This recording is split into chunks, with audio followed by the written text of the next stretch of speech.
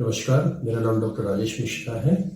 मैं SRS hospital में orthopaedic and knee replacement surgeon हूँ। आज हम बहुत ही इम्पोर्टेंट टॉपिक के ऊपर बात करना चाहते हैं, जिसे हम कहते हैं ऑस्टियोआर्थराइटिस ऑफ नी। अब हमारे कई पेशेंट को डाउट होता है कि ऑस्टियोआर्थराइटिस एग्जैक्टली होता क्या है।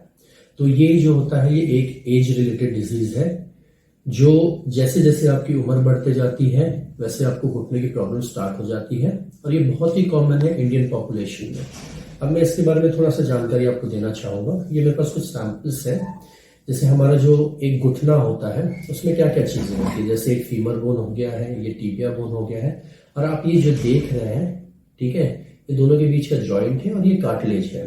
जैसे हम यंग एज होते हैं तो उसमें जो कार्टिलेज होता है ये बहुत ही क्लियर और ये होता है, इसमें कोई भी दरारें आपको नहीं मिलती। इसलिए जो हमारे मूवमेंट्स होते हैं बहुत ही अच्छे होते हैं, पेन फ्री होते हैं।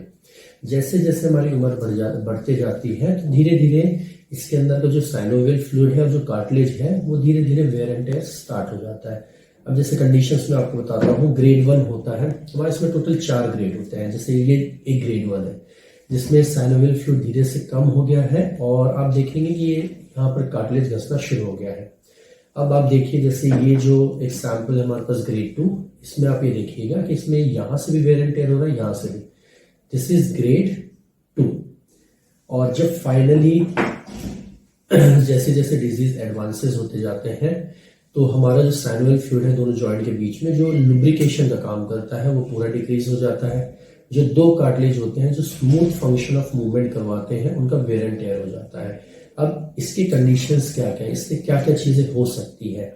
तो पेशेंट तो एक तो जब अपना पैर का घुटना मोड़ के बैठता है या फिर चलता है कुछ देर तक के, तो ये दोनों के घुटनों के बीच में घसाव होता है, उसकी वजह से पेन हो सकता है। ठीक है, पेशेंट अपने पलती मार के बिल्कुल भी नहीं बैठ सकता है।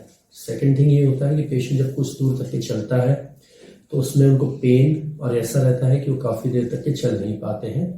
मेन जो सिम्टम्स हमारे ऑस्टियोआर्थराइटिस में होते हैं वो चीज होता है पेन। सेकेंड थिंग होता है कि आप अपनी जो डेली रूटीन ऑफ एक्टिविटीज है, जैसे फीमेल के लिए हो गया है कि वो पूजा करना, पलती मार के बैठना, कुछ भी काम, कपड़े धोना, ये सब चीजें हैम्पर हो जाती है।